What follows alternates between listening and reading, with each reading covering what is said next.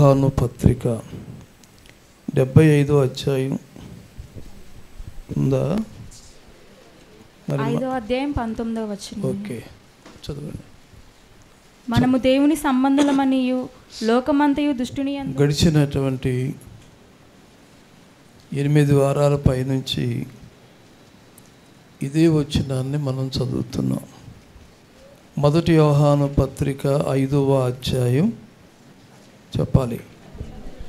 19వ వచనం. 19వ వచనం మనం చదివాం.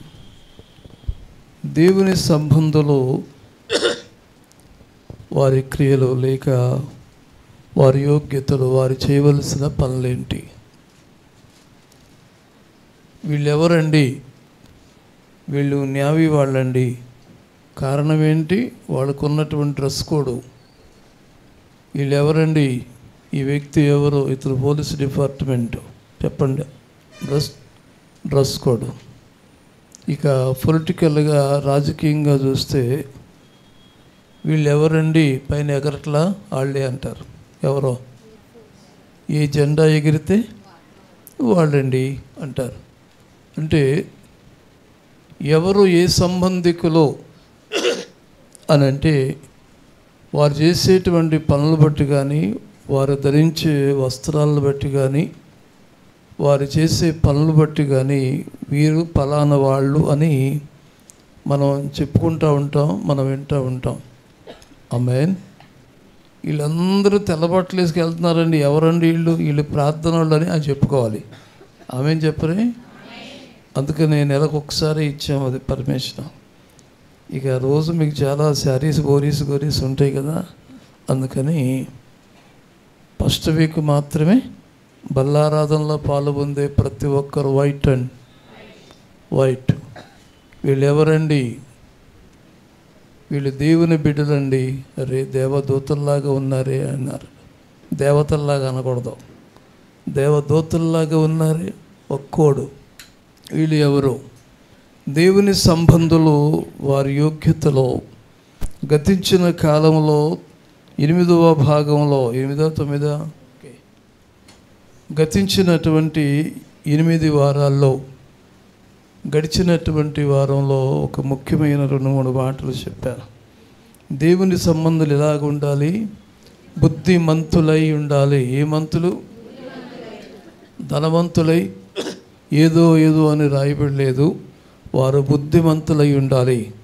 బుద్ధిమంతులైతే ఆకాశ మండలమందలి జ్యోతుల వలె నిరంతరం ప్రకాశిస్తారు. వారు బుద్ధిమంతులు. ఇంకా రెండవది ఏమిటి? మాట వినేవారై ఉండాలి. గుడ్ చెప్పండి, ఆమేన్. వినుట వలన వినకపోట బాల్యం నుండి మీకు వాడుకేం రాయబడింది. ఈరోజు 2 మాటలు చాలా జాగ్రత్తగా వినండి. చదివే వాళ్ళు మైకు కరెక్ట్గా దగ్గర ఉండాలి. ఓకే. ప్రసంగి గ్రంథంలో 9వ అధ్యాయం 10వ వచనం. చేయుటకు నీ చేతికి వచ్చిన ఏ పనినైనను నీ శక్తి లోపము లేకుండా చేయుము. ఆమేన్. ఆమేన్. చేయుటకు నీ చేతికి వచ్చిన ఏ పనినైనను. ఆమేన్. ఈరోజు ఈ 9వ భాగంలో 2 మాటలు. ఒకటి, పని చేసేవారై ఉండాలి. దేవుని సంబంధులు ఏమై ఉండాలి? ఆమేన్. పరిశుద్ధ గ్రంథంలో 3 రకాల గ్రూపులు ఉన్నాయి. ఒకటేమో సోమరోళ్ళు. సోమరవాని చేతులు పని చెయ్యనొల్లవో. చెప్పండి, సోమరవాని చేతులు పని చేయవు. ఎప్పుడో ఉన్నంతవరకు తింటాం, ఉరగబెట్టి పడుకోవటం అంతే. డబ్బా నిండా బియ్యం ఉంటే పనికి వెళ్ళరు కొందరు. జేబు నిండా డబ్బులుంటే ఎదుటి మనుషులు కనపడరు మరికొందరికి. వీళ్ళు ఏ లెక్కలోకి వస్తారండి అంటే పనిచేసేవారు లెక్క కాదు, వీరు సోమరి వాళ్ళు. ఒక గ్రూప్ ఎవరు? సోమరాళ్ళు. ఇక రెండో వాళ్ళు చూస్తే బైబిల్లో 3 రకాలని చెప్పాను కదా. ఒకటేమో తాగుబోతులు. ఏ బోతులు? 2 తిండి బోతులు. 3 సోమర్లో మొన్న 3 రోజుల క్రితం తెలంగాణ రాష్ట్రంలో ఉన్నాను. చాలా దూర ప్రాంతంలో మహారాష్ట్ర బార్డర్లో ఉన్నాను. అక్కడ ఎవరితో మాట్లాడుతూ కూర్చుంటే ఒక ఆయన తెల్ల పంచి కట్టుకున్నాడు, తెల్ల చొక్క లాల్చి వేశాడు. ఇలా వేస్తే కాస్త పెద్దరికం కదా, లేదంటే దైవజనులు అనుకుంటాం. కానీ ఈ మనిషి ఉన్నట్టుండి ఎలాగున్నాడండి అంటే ఇలా దుప్పెగిరినట్టుగా ఇటు ఎగురుకుంటూ వస్తున్నాడు. మెదలకుండా పక్క వీధిలోకి వెళ్ళిపోయాడు. అక్కడ బాగా ట్రాఫిక్ ఉంది. మళ్ళీ వచ్చేటప్పుడు జేబులో పెద్ద బాటిల్ కనపడుతుంది. ఇంకేం బాటిల్? పెప్సీ బాటిల్ పెడతారేంటి మరేంటిది, ఆల్కహాల్ బాటిల్, బారు బాటిల్ జేబులో పెట్టాడు. సైడ్ జేబులో ఇలా పొడుచుకుని వచ్చింది. మనిషి నడవలేకపోతున్నాడు. నాకు అర్థమైంది ఈ బండి ఎక్కడో కూలబడిపోద్ది అనుకుంటాను ఉన్నాను. వితిన్ సెకండ్స్, నిమిషాలు కూడా కాదు, టపామని పడిపోయాడు అవతల. పడిపోయిన వెంటనే నేను పట్టం చూడలేదు, కానీ అప్పటికే జనం మూగడారు. ఎవరు ఈ మనిషిని చూస్తే ఇప్పుడు చూసిన వ్యక్తే. దేవుని సంబంధులు కాకపోతే దేవునికి దూరం అయితే వచ్చే పరిస్థితులు ఇవి చెప్తున్నాను. పడిపోయాడు. సాధారణంగా పడిపోతారు, కంట్రోల్లో లేడు కాబట్టి అనుకుంటాం, కానీ అదిగా జరిగింది. అదేదో కాస్ట్లీ బాటిల్, మామూలుది ప్లాస్టిక్ అయితే అంత ప్రమాదం జరగదు. అది గాజు సీసా, బారుది. జేబులో పట్టకిటి పెట్టాడు, పొట్టలోకి ఇటు పెట్టేశాడు. అమాంతంగా పడిపోయేసరికి భారీ మనిషి కదా, ఆ బాటిల్ ముక్కలు అయిపోయి పొట్ట మొత్తం కోసేసి పేగులు బయటకు వచ్చేసినాయి. నేను ఆ రక్తం అయి చూడలేక ఈతలు నుంచున్నాను. అక్కడున్న ఒక బిడ్డడు ఫోన్ తీసుకొచ్చి ఫోటో తీసి, అయ్యా ఇదిగోండి అయ్యా పేగులు మొత్తం అన్నాడు. ఇదేంటయ్యా? దేవుని సంబంధులు కాకపోతే, దేవునికి దూరం అయితే శత్రువు పలు రకాలుగా మనుషుల జీవితాలతో ఆడుకుంటున్నాడు. దేవుని సంబంధులైన వారు ఎలాగుండాలనేది ముఖ్యమైన మాట. ఆ మనిషి పాపం ఎవరి భర్తో ఎవరి తండ్రో ఏంటో తెలియదు. అక్కడ ఉన్నటువంటి మనకు తెలిసిన మన బిడ్డడు ఒక ఆయన ఎవరికాళ్ళు చూసి వెళ్ళిపోతున్నారు, ఎవరు పట్టించుకోవట్లే. కేసు కదా మరి. అంబులెన్స్ ఫోన్ చేస్తే వచ్చింది. నేను అడిగాను, ఎవరిని వచ్చి నీ మీద కేసు రాస్తే ఏం చేస్తావన్నా, కేసు రాసినా ఎదుర్కొంటాను, ఆ మనిషి ప్రాణం ఉండటమే నాకు ముఖ్యం అన్నాడు. అంతే కదా, మానవతా దృక్పథం అంటే అదేనండి. మరి చాలా మంచి పని చేసావు నాయన. ఇక్కడ వాళ్ళు ఎవ్వరూ చేయలేని పని నువ్వు చేసావు. అంబులెన్స్ వచ్చిన తర్వాత ఆ మనిషిని ఎక్కించారు. మరి ఎక్కడికి వెళ్ళారు ఇంకేం మనకేం తెలియదు కదా, అది బార్డర్ కదా, అది ఏ ప్రాంతం తీసుకెళ్ళారో ఏ హాస్పిటల్లో మనకు తెలియదు. సరే, ఒకటి సోమరువాను చేతులు పనిచేయవు. సోమరులు, తాగుబోతులు, తిండిపోతులు, వీళ్ళకి ఎప్పుడు తింటమే పని, వాళ్ళకి ఎప్పుడు పడుకోవటమే పని. ఇంకో గ్రూప్ వాళ్ళకి ఎప్పుడు తాగటమే పని.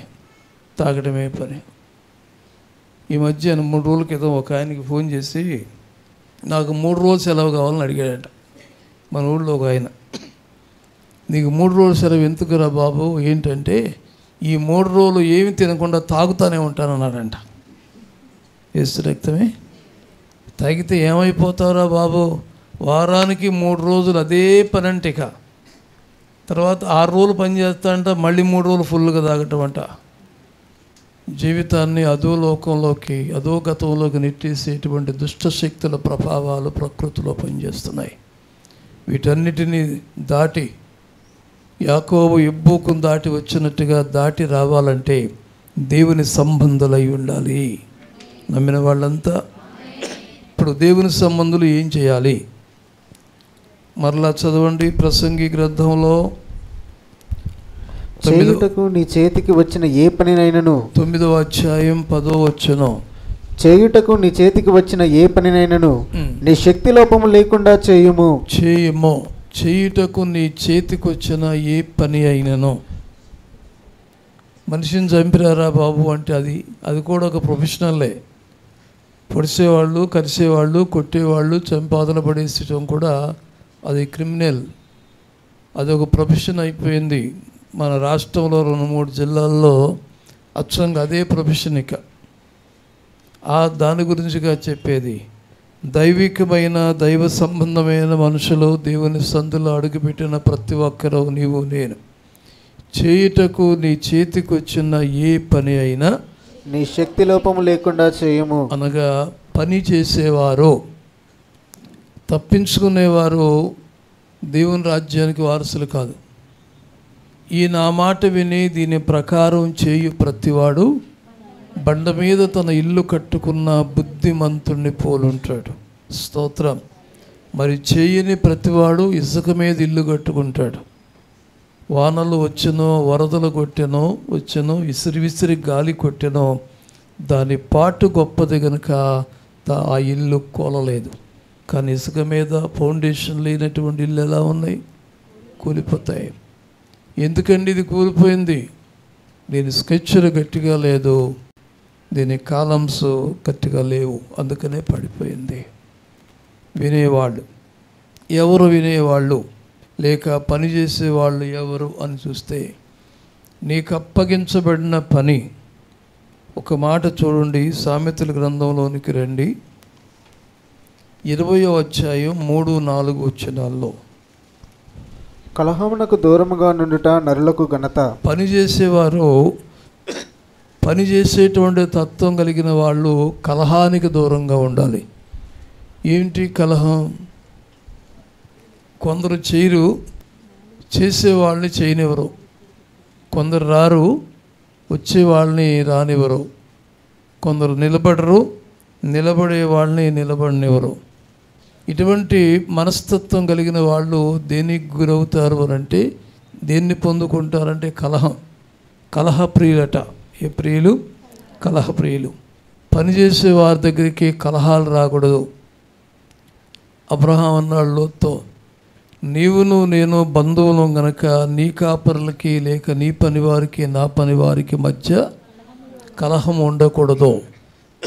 దేవుని పిల్లలు పని చేసే దానిలో ఉండాలి కానీ కలహము లేక పోటీతత్వంతో ఉండకూడదు. సీనియారిటీ జూనియారిటీ కాదు, సిన్సియారిటీ ముఖ్యం. నమ్మిన వాళ్ళు ఏంటి? నిరగాక మొన్నొచ్చావు, ఒక సంఘంలో డ్రమ్ము కొట్టేవాళ్ళు లేక డ్రమ్ము సూరమంట ఉందంటే, ఆ రోజుల్లో కాంగో డ్రమ్ము తప్ప ఎటువంటి కుక్కిక్కులు ఏమి లేవు. ఆ డ్రమ్ము ఆ మూలన పడి ఉందంట. అట్టాగే ఒక ఆయన వచ్చి, అయ్యగారు ఈ డ్రమ్ము కొడతాను నేను, నాకు పర్మిషన్ ఇస్తారా అని అడిగాడట. పాస్టర్ గారు పాపం ఎన్ని రోజుల నుంచో ప్రార్థన చేస్తున్నారట, డ్రమ్ము కొట్టేవాళ్ళు కావాలయ్యా అని. ఒక అబ్బాయి ఈ ఆటో నగరంలో పనిచేస్తా చిన్నప్పటి నుంచి డ్రమ్ అంత ఎత్తు లేనప్పుడే డ్రమ్ము కొట్టేవాడి కుర్రాడు. కూర్చుంటే డ్రమ్ము కనపడేది కాదు, వాడు తల చివరే కనపడేది, అంతే. డ్రమ్ము కొడుతూ ఉండేవాడట. ఇక పని నిమిత్తం ఆటో నగర్లో వర్క్షాప్లో జాయిన్ అయిన తర్వాత ఆ ఊరు వెళ్ళటం కుదరదు, ఎక్కడో ఉంటున్నాడు. డ్రమ్ము కొట్టడం ఆ చేతులు లాగేస్తున్నాయి. ఏ పని చేసేవాళ్ళకి ఆ పని చేయకపోతే చెప్పండి, అదంతే. డ్రమ్ము కొట్టాలి. పాస్టర్ గారి దగ్గరికి వెళ్ళి అడిగితే అయ్యగారు చాలా సంతోషించి హల్లెలూయా అన్నారంట. మీరు కూడా అనండి, ఏం పోయింది? హల్లెలూయా అంటే ఎందుకు అయ్యగారు హల్లెలూయా అంటే, ఈ రోజు కోసమే నేను ప్రార్థన చేశాను, ఈ రోజు కోసమే నేను ఉపవాసం ఉండి ప్రార్థన చేశాను అయ్యా. ఉన్న ఒక్కగానొక్క డ్రమ్మిస్టు, ఒక్కనొక డ్రమ్మిస్టు అప్పుడప్పుడు అలుగుతూ ఉంటాడు. ఆయన కాస్త రుద్దుదని మాత్రం డ్రమ్ము బాగా ఇరగొట్టేస్తాడు. మీరు కాదులే పిల్లలు, ఎప్పుడన్నా మెంటలు వచ్చిందనుకోండి అలుగుతాడు. ఎదరుండరు 120 మంది దరిదాపు ఇట్లు ఎక్కేసిన ఆ చివరు ఉంటాడు. చివరు ఉన్నట్టు మీరు కదలే బిడ్డ. ఇక చివరు ఉంటే చివరే. పనిలో ముందు ఉన్నటువంటి వాళ్ళు అన్నింటిలో ముందు ఉంటారు. పనిలో తప్పించుకునే వాళ్ళు చివరికి వెళ్ళిపోతారు. పరిస్థితి అంతే. వాడు ఎప్పుడు అలుగుతున్నాడు. ఎంతకాలం ఒక మనిషిని బుజ్జగించను, గట్టిగా మాట్లాడితే ఇది అంటారు చూసారా, మింగమంటేనే దానికి కోపమంట, వదలమంటేనే దీనికి కోపమంట. ఇంత కష్టపడి వేటాడి గొంతులో పెట్టుకుంటే ఊసేయమంటావా అందంట పాము. ఈ కప్పందంట నేను ఎంత బురదలో తిరుగుతున్న స్వేచ్ఛాజీవిని, నా జీవితాన్ని అంతం చేస్తుంది, నన్ను ఊయమని చెప్పి అంటదంట. అదేం బయటికి రావాలని ఈ కప్ప, ఇంకే పాముకేమో దాన్ని మింగాలని. కొందరు మనుషులు అంతేనండి. ఎంతన్నా భక్తి చేయనివ్వండి, యాజకుడు బలర్పించేటప్పుడు గొంతు మాత్రమే కొయ్యడు, మరి ఏం చేస్తాడు? తోలు తీస్తాడు. చెప్పండి, కోపం వచ్చినప్పుడు తిడతారు కదా, రే నీ తీశారా? మాటలే అంతే. ఆ కటిక దుకాణంలో మాత్రమే తోలు తీస్తాడు. తోలు తీయకుండా తింటారా బిడ్డ? మొత్తం కలిసి కొట్టేస్తే ఏమైంది? కొట్టరు. తోలు తీసిందో తీస్తాడు. తోలు తీసిన తర్వాత ఏం చేస్తాడు? కటిక దుకాణంలో అంటే చివరిలో తోక పెడతాడట. అంటే ఇది గొర్రె మేక అని గుర్తుగా దాన్ని పెడతాడు. లేదా దూడ కుక్క కావచ్చుగా, అందుకని పెడతాడు. యాజకుడు బలి అర్పించేటప్పుడు దాన్ని తోలు తీస్తాడు. బలి అర్పించేటప్పుడు దాన్ని ఏం చేస్తాడు? మెడ కోసి తోలు తీసి ఇంపైన సువాసన రావటానికి దానికి రకరకాలుగా కలిపి బలిపీఠం మీద పెడతాడు. స్తోత్రం. తోలు తీసిన తర్వాత నేను నల్ల గొర్రెని, నేను తెల్ల గొర్రెని, 7 రకాల పొట్టేళ్ళు ఉన్నాయి. మాంసం తినేవాళ్ళు తెలుసు మీరు. ఒక రకమైన పెళ్ళికి ఒక రకమైన పొట్టేళ్ళనే తెస్తారు. మీరే చెప్పాలయ్యా, నిజమేనా?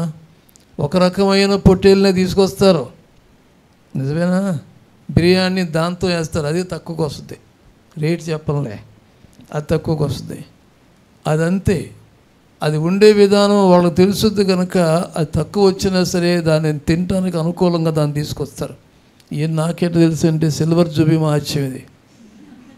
సిల్వర్ జూబిలీ చేసేటప్పుడు ఈ పొట్టేళ్ళ కోసం వేట మొదలుపెట్టాం. మాకు 100 కేజీలు కావాలి, ఏం చేయాలి దీన్ని అంటే అప్పుడు ఒక్కొక్కరు చెప్పారు, అయ్యా ఇది కావాలా, అది కావాలా, ఇది కావాలా, నోట్లో వేసుకోగానే కరిగిపోవాలా, తర్వాత నవలాలని అడిగాడు ఒక ఆయన. కొద్దిగా నవలాలి బాబు అన్నా. కొద్దిగా నవలి అయితే మా దగ్గర లేవు, కానీ ఎక్కువ నవలి అయితే ఉన్నాయి అన్నాడు. అసలు ఎక్కువ నవలేదు ఏంటిరా బాబు అంటే అటు ఇటు కాదు అన్నాడు. అక్కడ కనపడతారుగా, అది ఇది అటు ఇటు కాదండి అన్నాడు. ఇదైతే ఎంతకు వస్తుందన్నా? దీనికైతేనేమో దాదాపు 3 గంటలు ఉడికించాలండి, అదైతే మామూలుది అయితే గంటలు ఉడికించాలండి అన్నాడు. బాబు గంట ఉడికిస్తాం ఈ రోజుల్లో, చాలా కష్టం. ఈ 3 గంటలు ఉడికిస్తే దాన్ని ఎక్కడ చేస్తాంరా బాబు అని ఆఖరికి ఏం తెచ్చామండి, నోట్లో వేసుకుంటే కరిగిపోయి. ఆ తిన్నవాళ్ళంతా స్తోత్రం చెప్పండి. ఎప్పుడు స్తోత్రం. అది ఎందుకు చెప్పాను ఇది గట్టిగా? యాజకుడు బలి అర్పించినప్పుడు అది నల్లదా, తెల్లదా, నలిగేదా, కరిగిపోయేదా అని ఉండదు. అక్కడ దేవుని సన్నిధిలో అడుగు పెట్టిన తర్వాత నేనంటే ఏంటనుకున్నావు అనకూడదు. అసలు మేమంటే ఏంటనుకున్నావు? ఎన్ని కాల్చబడిన తర్వాతే అది దహన బలి పశువు అవుతుంది. 5 బలి పశువులు లేక 5 బలులు, నైవేద్య బలి, దహన బలి, పాప పరిహారార్థ బలి, అపరాధ పరిహారార్థ బలి, ఇలా 5 రకాలైన బలులు ఉన్నాయి. దీనిలో ఒకటి దహనం చేసేది. ఇక దాని రూపాలు ఏం కనపడవు. సన్నిధిలో అడుగు పెట్టిన తర్వాత మనం కాల్చబడితేనే దేవునికి పనికొస్తాం. నేను నేను నేను అంటే కుదరదు. ఒకసారి ఒక ఆయన సంఘంలో సాక్ష్యం చెప్తున్నారు. కొందరు మొదలు పెడతారు కానీ ముగించరండి. దైవాధీనం కాదు, ఇక అంతే, వాళ్ళ స్వాధీనం అంతే. అయ్యగారు చూసి ఏం అనలేక అలాగే ఒరుగోకుండా కూర్చున్నారు అయ్యగారు. అందరూ ఆమెను చెప్పే టైం అయింది కానీ ఈ సాక్షి మాత్రం ఆమెను చెప్పట్లా. పక్కన వాళ్ళు ఎవరో లేచి, ఏమండి ఆయన పేరు చెప్పి, మీరు ఇంతసేపు సాక్ష్యం చెప్తే అయ్యగారు ఎప్పుడు వాక్యం చెప్తారు, మేము ఎప్పుడు వాక్యం వినాలండి అన్నారు. అంతేనండి, ఈయనలో ఉన్న మాజీ నక్సలైట్ బయటకు వచ్చాడు. తిరిగినవాడు ఆ గ్రూపులో తుపాకులు పట్టి తిరిగాడు అన్నలతో పాటు. ఇదిగో నన్ను ఆపమన్నాడు, మా లీడర్ కూడా లేడు. ఎక్కడ? అడవిల్లో. మా లీడరే కూర్చోమనేవాడు కాదు, నేనంటే మా లీడర్కే భయం. ఆఫ్టర్ ఆల్ నువ్వెంత బయటికి రాని అంతు. ఇప్పుడు ఇది కాలిన గుర్రా, కాలన గుర్రా? దేవుని సంబంధులైన ప్రతి ఒక్కరూ పనిచేసే తత్వం కలిగిన ప్రతి ఒక్కరూ కూడా నేను అనే స్వభావం పరిశుద్ధ గ్రంథం పట్టుకోగానే పోవాలి నీ దగ్గర నుంచి. అప్పుడు మాత్రమే దేవుని పని మనం చేయగలుగుతాం. కొందరు అంతేనండి, సన్నిధికి వస్తారు, సంవత్సరాలు గడుస్తాయి, అనుభవం చెప్పుకోవడానికి మాత్రమే అంతే, ఆచరణ మాత్రం ఎక్కడ కనపడదు. ఆచరించేవాళ్ళు ఎవరంటే చెప్పంగానే చేసేవాళ్ళు ఆచరించేవాళ్ళు. నీ చేతికి వచ్చిన ఏ పనైనా వివాదాలు రాకముందే, వివాదం అధికం కాకముందే దాన్ని విడిచిపెట్టము. ఇంత చదివిన మాట 3-4 వచనాలు చదవండి. కలహమునకు దూరముగా నుండుట నరులకు ఘనత. అక్కడ ఆగదు. దీనికి ఘనత ఎవరికి? పనిచేసే వారికి కలహం ఉండకూడదు. ఎవరు నిన్ను ఎద్దేవా చేసినా, ఎవరు నిన్నన్నా, దావీదుని మీకాలో ఎద్దేవా చేసింది, నీచుడు ఒకడు చేసినట్టుగా ఇలా చేస్తావా నువ్వు, అసలు ఇశ్రాయేలు రాజు కాదా అని రకరకాలుగా అంది. దావీదు పట్టించుకున్నాడా? ఆమెను తీసుకెళ్ళి ఆమె మీద క్రిమినల్ యాక్ట్ పెట్టాడా? హలో, గట్టిగా చెప్పాలి. ఏమైనా పెట్టాడా? నీ ఎంత చూస్తాను అన్నాడా? ఏమల్లా. యెహోవా ఈరే, దేవుడే చూసుకుంటాడు అని అబ్రహాం అన్నట్టుగా ఈయన కూడా అదే. తత్ఫలితంగా మీకాలకి ఏం కలిగిందో, తాను బ్రతికి దినములన్నిటిలో కూడా క్షేమం అనేది లేకుండా ఉంది. ఒక రకంగా చెప్పాలంటే సంతానం పొందే అవకాశాన్ని కూడా పోగొట్టుకుంది. పనిచేసే వాళ్ళతో నువ్వు చేయగలిగితే చెయ్యి, చేయలేకపోతే వాళ్ళని ప్రోత్సహించవు. ప్రకటించువారు లేకపోతే వారు ఎలాగ వింటారని రాయబడింది. ప్రకటించువాడు పంపబడిన యెడల వినేవారు ఎలా వింటారు? నువ్వు ప్రకటించడం నీ వల్ల అయితే ప్రకటించు, లేదంటే ప్రకటించే వారిని పంపించు. Praise the lord. ఒక సంఘంలో దేవుని ఆత్మ మాట్లాడుతుంది, ఆఫ్రికా దేశానికి మిషనరీలు పంపించండి, నా కుమారుడా ఇక్కడ నుంచి మిషనరీలు పంపించు అని దేవుడు దైవజనులతో మాట్లాడారట. ఈ పాస్టర్ గారు పబ్లిక్ అనౌన్స్ చేశారు. ఆఫ్రికా దేశానికి, నరమాంస భక్షకులున్న ప్రాంతానికి వెళ్ళి క్రీస్తు ప్రభువును గురించి సువార్త ఎవరు చెబుతారు అంటే, ఒక తల్లి లేచి నా పెద్ద కుమారుని నేను సేవకిస్తానందంట. స్తోత్రం. పనిచేసే పద్ధతి అండి. అనగానే ఆ కొడుకు కూడా అమ్మ మాటకి, తల్లి మాటకి తల వంచి నమస్కారం చేసి నేను వెళ్తానన్నాడు. ఈయన ఆఫ్రికా దేశాన్ని సువార్త ప్రకటించడానికి వెళితే తొలిట కొన్ని దినాల్లోనే, కొన్ని రోజుల్లోనే ఆ నరమాంస భక్షకులు ఇతను చంపేసి తినేశారు. కొన్ని రోజుల తర్వాత అతని వస్త్రాలు మాత్రమే దొరికినాయి. పెద్ద కొడుకు, ఆమెకి 4 కొడుకులు ఉన్నారు. కొడుకు చచ్చిపోయాడు. శవం బాడీ కూడా ఇంటికి రాలేదు. తర్వాత ఇలా వెళ్ళాడు సువార్త కొరకు, అతసాక్షి అయిపోయాడు. ఇంకెవరు వెళ్తారన్నారట. ఈ తల్లి అందట నా 2వ కుమారుడు అందంట. మళ్ళీ ఎవరన్నా ఒకసారి దెబ్బతిన్న తర్వాత మరలా దాన్ని ఎదురు చూస్తారా? పనిచేసే విధానం, పనిచేసే మనసు ఉంటే ఇలా ఉంటుంది. అలాగూ చివరికి 4వ కొడుకు ఉన్నాడు. 3 చచ్చిపోయారు, చంపేశారు వాళ్ళు. ఇక ఆఖరి వాడు, కరసారి వాడు ఒకే ఒక కొడుకున్నాడు. ఆ కొడుకు తప్ప భర్త కానీ, ఆడపిల్లలు కానీ ఏ అండదండ ఏమీ లేదు. ఇక 3 కొడుకులను, నా 3 కుమారులను నేను దేవుని కొరకు ఇచ్చాను, ఈ బిడ్డను కూడా ఇస్తాను. Praise the lord. గుంటూరు డిస్టిక్లో కొన్ని గ్రామాలు ఉన్నాయి. ప్రతి ఇంట్లో 3 నుంచి 4 మిలిటరీకి వెళ్ళిన వాళ్ళు ఉంటారు. తల్లిదండ్రులు, ఆ ఫోన్లు కట్ చేయండి అర్జెంటుగా. మీ ఫోన్లు ఎవరు మోగటానికి వెళ్ళలేదు.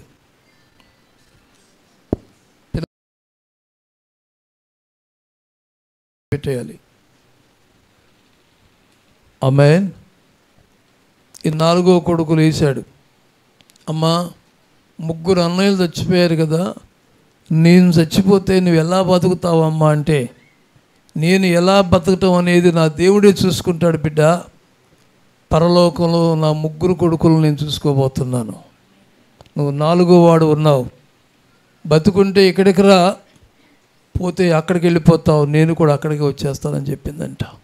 సాక్రిఫైస్ అంటే అదే నిజమైన త్యాగం అంటే. 4వ కొడుకు వెళ్ళాడు. వాళ్ళకి ఈ నరమాంస భక్షులకే మార్పు వచ్చిందట. సైకిల్తో చెప్తారు, మోగా చెవుడు కలిగిన వాళ్ళకి ఎలా చెప్తారు? అరే బాగున్నావరా బాబుండి ఏమంటాడు? అంటాడు. ఏమనుకో బాగుండి ఎవరు ఉంటే అప్పుడు అంటే ఇట్లా అంటారు అంతే. ఇతను కూడా భాష రాకపోయినా సైకిల్తో మోగ సైకిల్ చేసి సువార్త ప్రకటిస్తున్నాడు.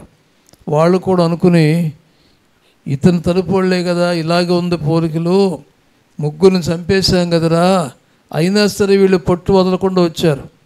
మొదటగా చేసిన పని ఏంటంటే వాళ్ళకు వస్త్రాలు కట్టివ్వటం. అనాగరికులు, నేను ఎలా కట్టుకున్నానో వస్త్రాలు మీరు కట్టుకున్నాను వాళ్ళకు చూపిస్తాం.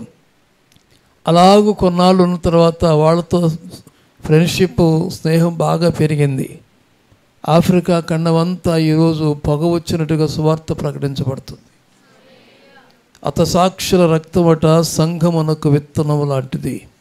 పనిచేసేవారు ఎక్కడుంటారో ఫలితాలు అక్కడ ఉంటాయి. Praise the lord.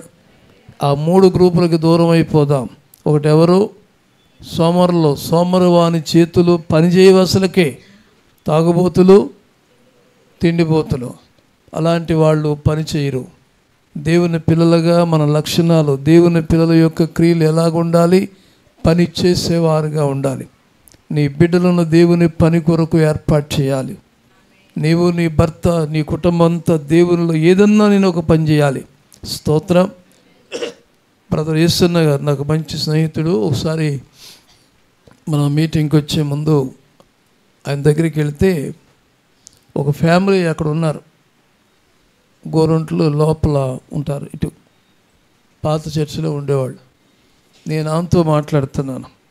అమ్మా ఏంటి మీ పరిస్థితి అంటే, అయ్యా ఆయన డిప్యూటీ కలెక్టర్గా పనిచేశారు. అంటే ఐఏఎస్ఐ కదా,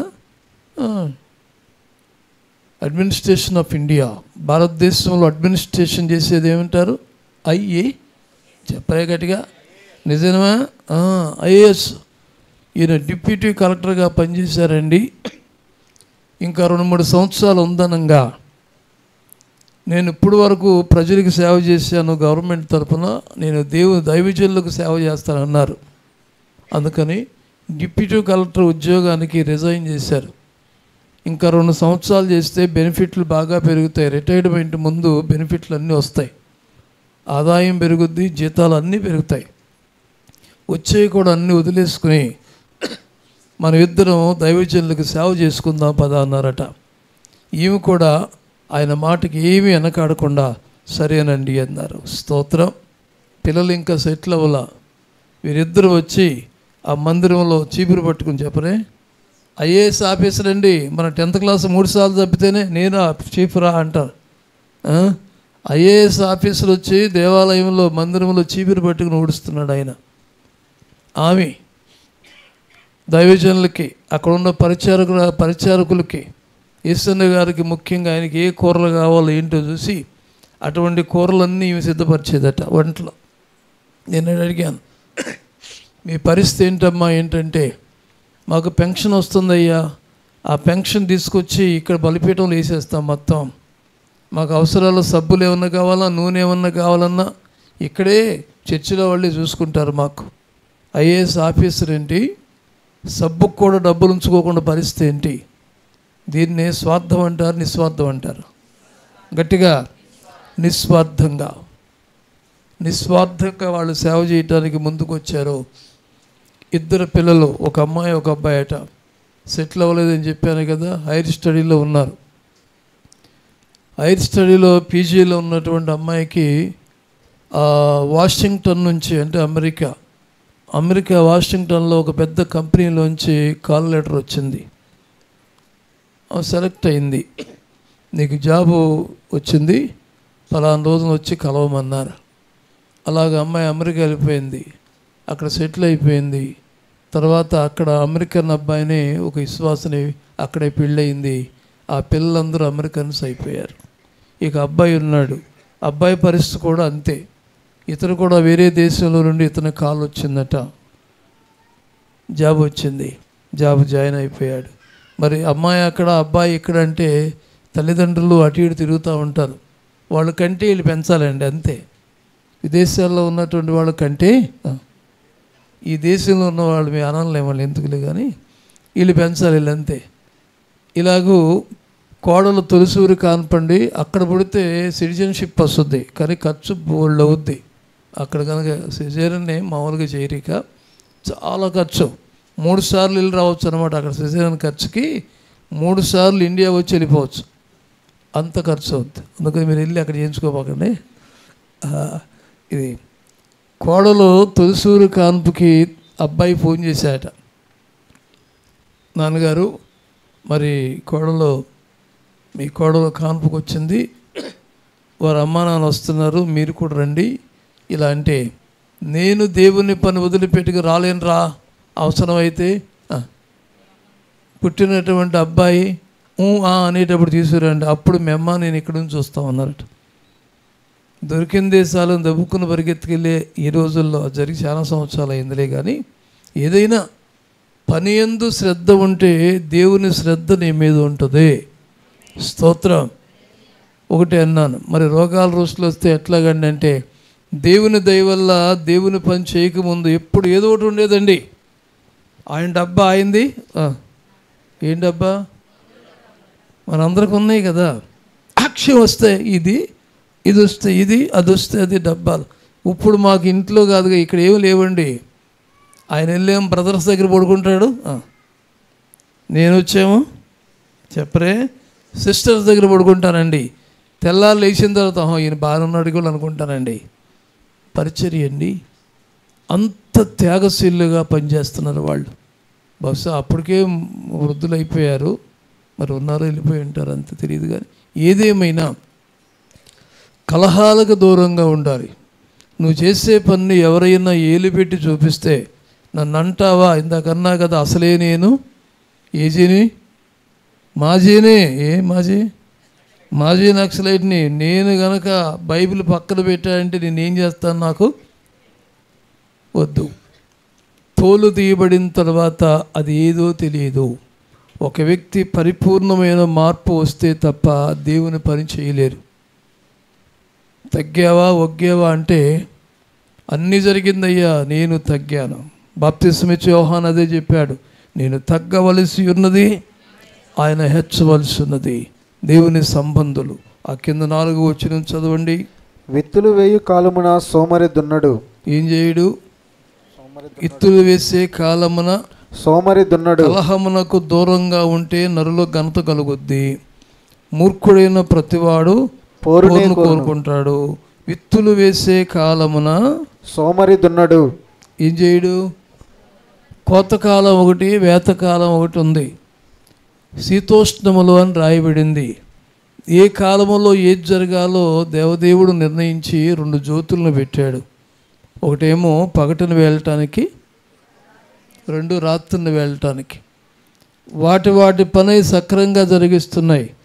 కానీ దేవుని పోలికలో సృష్టించబడిన, తయారు చేయబడిన మనిషి మాత్రం దేవునికి అందుబాటులో దొరకటం లేదు, దేవుని పని చేయటానికి దొరకటం లేదు.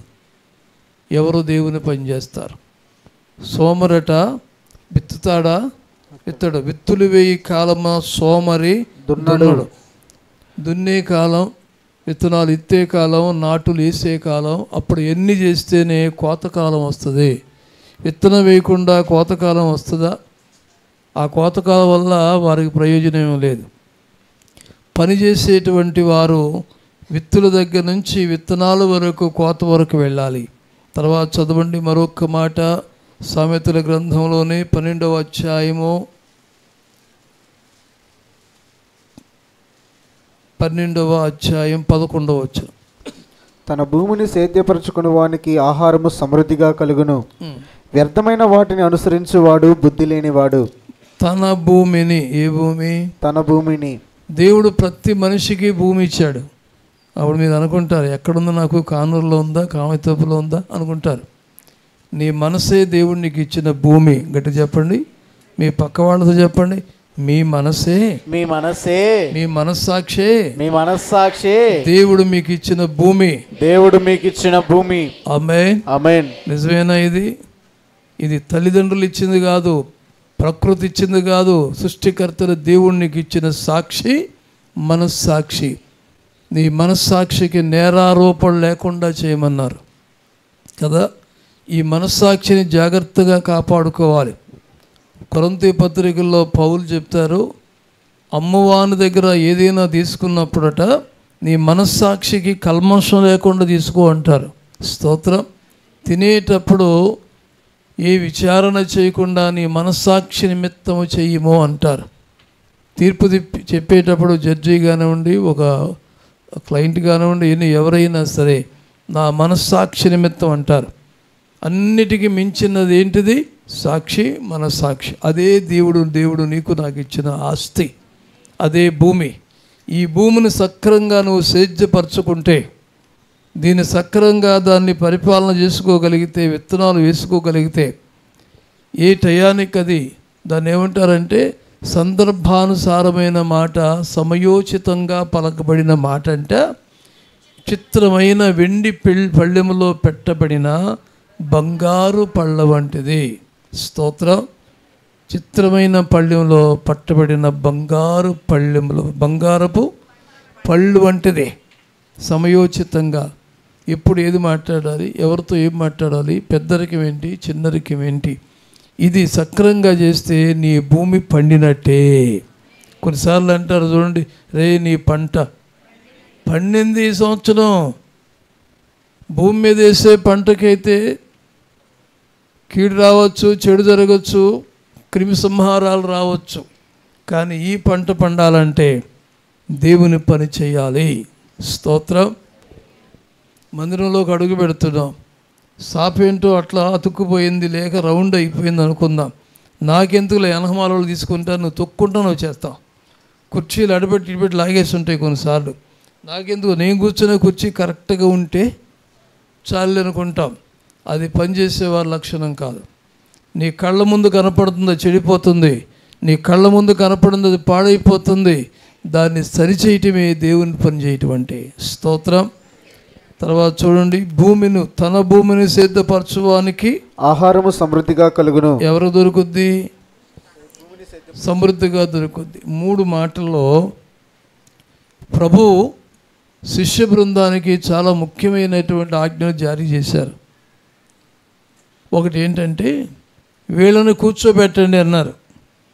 యోహాను సువార్తలో మనం చూస్తే అక్కడ రాయబడిన మాట 6వ అధ్యాయంలో, మీరు వారిని కూర్చోబెట్టారు.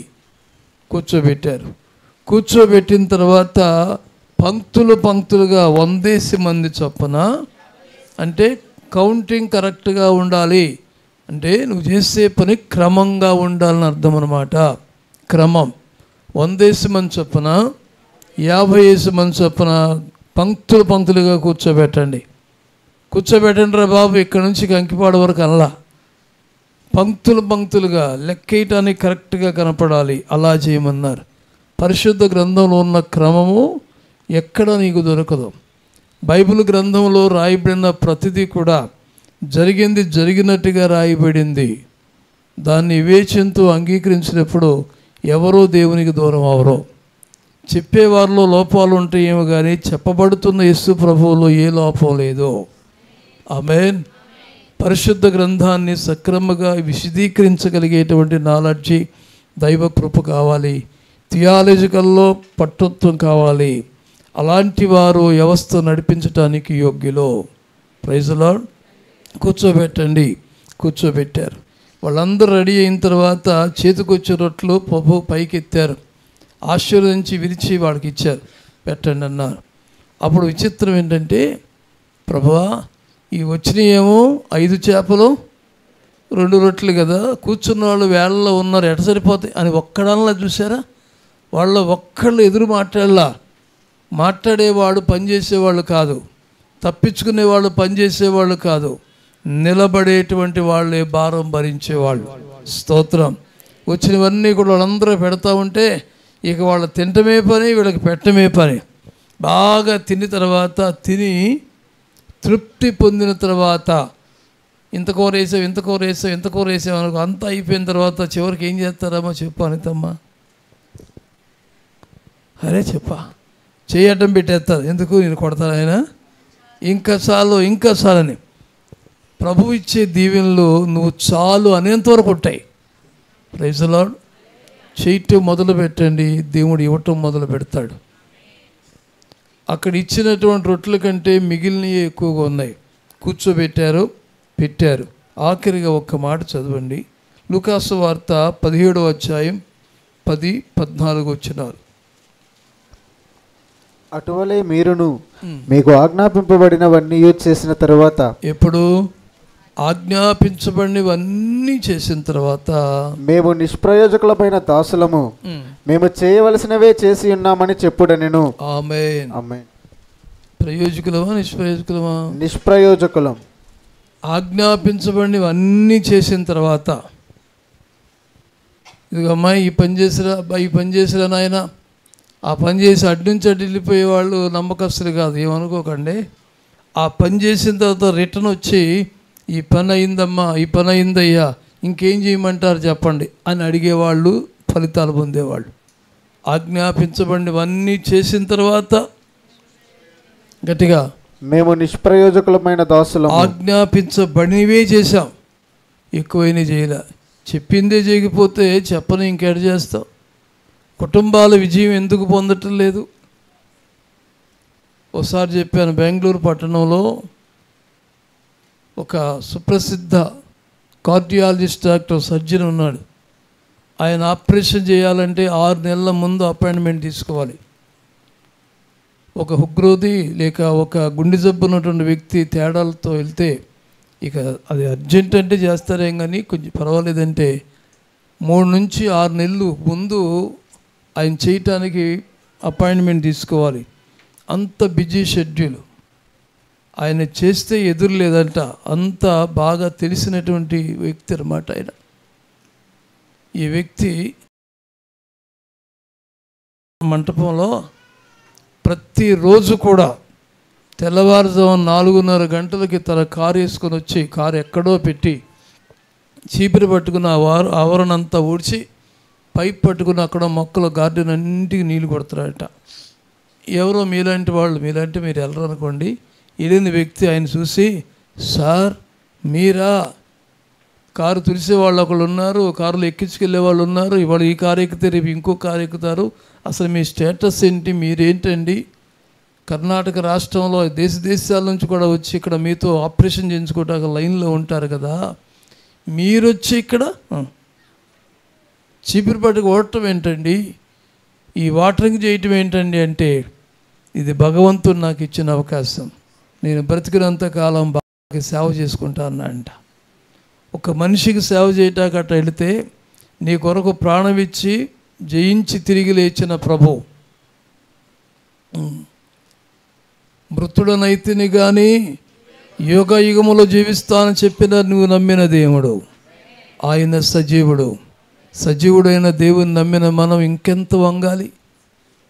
ఒక మనిషి నమ్మినటువంటి వ్యక్తి, ఆయన కోసం ఒక భక్తుడు వచ్చి సాయిబాబా దగ్గరికి వచ్చి ఒక మాట అన్నాడు, పేపర్లో వచ్చింది ఆ రోజుల్లో, బాబా మీరు ఏం చెప్తే అది చేస్తానంట.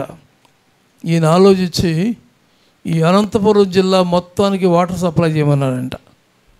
హలో, ఎక్కడికి? కానూరులో ఒక ఈదికి చేయటమే చెమటలు పడతాయి కదా. అనంతపురం జిల్లా మొత్తానికి వాటర్ సప్లై, డ్రింకింగ్ వాటర్ లేక ప్రజలు ఇబ్బంది పడుతున్నారు అనగానే ఆ ప్రాజెక్టు మొత్తం కూడా ఎస్టిమేషన్ తెప్పించాడు. 100 కోట్లు అవుతుందట. ఈ 100 కోట్ల రూపాయలు ఒక్కడే స్పాన్సర్ చేశాడు విదేశీ భక్తుడు. అక్కడ ఉన్న త్యాగం ఇక్కడేమైంది? ఒక మనిషి నమ్మినటువంటి వ్యక్తులు, ఆయన చూస్తే చాలా, ఆయన దగ్గరికి వస్తే చాలని, చివరిలో ఆయన నడవలేకపోతే ఒక బండి ఒకటి పెట్టారు, బ్యాటరీ బండి. ఆ బ్యాటరీ బండి మీద కూర్చొని మధ్యలో ఇటు వస్తూ ఉండేవాడు ఆయన. అంత ఎగబడి వెళ్తున్నారే, వాడు నమ్మిన దానికోసం అంత త్యాగం చేస్తున్నారే. నీకు అప్పగించబడిన పనులు అన్నీ చేసిన తర్వాత మేము నిష్ప్రయోజకులము దాస్తున్నాం. ఊడమంటే ఊడిసేవా? లేదు, చీపిరి ఎవరికో షేర్ ఇచ్చావు, నేను కాదులే పెద్దమ్మాయి. ఆ కొండలన్నీ మొత్తం కూడా ఉడికేదాకా అక్కడే ఉండు, నువ్వు మంచిదాని వేలే, ఉండేదాకా అక్కడే ఉండు, ఇదిగో ఇంకొకరికి షేర్కి ఇచ్చేసావు, ఇదిగో ఎన్ని మొత్తం కడుగుతూ ఉండు, ఇంకొకరికి షేర్ వాటర్, ఇదేనా షేర్ మార్కెటా? నీకు ఇచ్చిన పనిలో ఇంకెవరికి షేర్ కాదు, నువ్వు చేస్తే నీకు అభివృద్ధి కలుగుతుంది. ఏమి సాధించాను? నువ్వు సాధించింది నీకు కనపడదు, దేవునికి కనపడద్ది. స్తోత్రం. 42 సంవత్సరాలు వెళ్ళిపోయి 43వ సంవత్సరం నేను సేవకు వచ్చి ఒక్కొక్కరు అడుగుతారు నన్ను, మీరు ఏం సాధించారండి అంటారు. నేను సాధించేది నాకు కనపడదు, నా దేవుని దగ్గర ఉందంట. ఒకటే మాట. అలా చెప్పగలుగుతారా? గట్టిగా చెప్పండి. నా తోటి స్నేహితుడు ఒక ఆయన 5 కోట్లు పెట్టి కారు కొన్నాడు. ఎన్ని కోట్లు? నన్ను అడిగాడు ఒక ఆయన, అయ్యగారు మీ కారు ఎన్ని కోట్లు అన్నాడు. నాకు అంతే వచ్చింది, ఉంది 4 పరకలు. ఎన్ని కోట్లు అన్నాడు. ఎందుకు బాబు అన్న. ఆయన చూడండి 5 కోట్లు పెట్టి కొన్నాడంట, మీరు కూడా కొనకూడదా అని. దేవుడు ఆయనకి ఇచ్చాడు, స్తోత్రం. చెప్పండి. దేవుడు మనకి ఇచ్చాడు, స్తోత్రం. ఇల్లు అలకంగానే 4 బీరువాలు ఉంటే దానికి మెయింటైన్ కావాలి. గట్టిగా చెప్పండి. 2 సోఫాలు ఉంటే దాన్ని తుడిసేవాళ్ళు కడిగేవాళ్ళు కావాలి. మరి ₹1,00,00,000 కారు కొంటే దానికి ఎంత కావాలి? ఈడ్స్ ఏమైనా కొట్టాడంటే లోనికి వెళ్ళి బయటికి రావాలంటే ఇన్ని కట్టలు కావాలి. మరి అంతే. ఎంత పిండికి పిండి ఉంటేనే రొట్టె వస్తుంది. ఏదో లేదో నీకు ఎందుకు అనుకోవాలి? దేవుడు నీకు సైకిల్ ఇస్తే స్తోత్రం అని చెప్పు. దేవుడు నాకు ఇది ఇచ్చాడు, స్తోత్రం అని చెప్పు. నీకు దూరిల్లే ఇల్లు ఇచ్చాడో స్తోత్రం. లేదు, మన పిల్లల్లాగా బాలకానికి వెళ్ళినట్టు ఎక్కిళ్ళ ఇల్లు ఇచ్చాడా, స్తోత్రం. అంతే. కానీ దేవుని పనిలో ఎప్పుడు వెనకాడవద్దు. చేయుటకు నీ చేతికి వచ్చిన ఏ పనైనా వద్దు. శక్తి లోపం లేకుండా పనిచేద్దాం. దేవుని సంబంధులు, గట్టిగా చెప్పండి, శక్తి లోపం లేకుండా పనిచేసే వాళ్ళై ఉండాలి. బడా నమ్మకమైన మంచి దాసుడా, కొంచెంలో నమ్మకంగా ఉన్నావు, నిన్ను అనేకమైన వాటిని పెడతాను రా బాబు. అలా బహుమతులు ఇవ్వబోతున్నాడు సంఘ బిడ్డలకి. మన సంఘ బిడ్డలందరికీ దేవుడు బహుమతులు ఇచ్చునుగాక. మరి పనిచేసే వాళ్ళంతా స్తోత్రం అనండి. నిజంగా ఒక వారం కనపడితే 3 వారాలు కనపడవు. నువ్వు కాదులే బిడ్డ. ఒక పని చెప్తేనే 4 నెలలు పని చేయవు. ఇది తీసుకెళ్ళి అక్కడ పెట్టరా, నేను వెళ్తున్నా కానీ నీకు షేరు చెప్పు. నీ పనులు ఇంకొకరు షేర్ ఏంటి? నీ ఫలితం ఎక్కడ వస్తుంది? నీ పళ్ళెంలో షేర్ ఇస్తావా? గట్టిగా చెప్పని. వేసుకున్న 2 ముక్కల్లో ఇంకొకరికి షేర్ ఇస్తావా? అబ్బాయి ఇవ్వను, నోటికి ఇది హాయ్, అదేవో.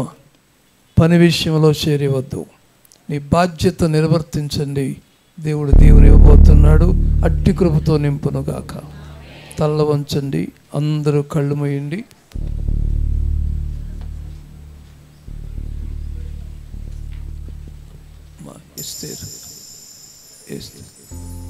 అందరూ కింద పెట్టు.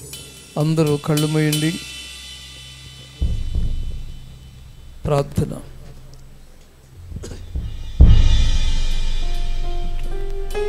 ప్రార్థన. అందరూ కళ్ళు మూయండి. సర్వోన్నతుడైన దేవుని సన్నిధిలో ప్రార్థనలో ఉందాం. ప్రతి ఒక్కరూ కూడా ప్రియులారా, దేవుని సంబంధం వారి క్రియలు ఎలాగుండాలి? వారు పని చేసేవారై ఉండాలి.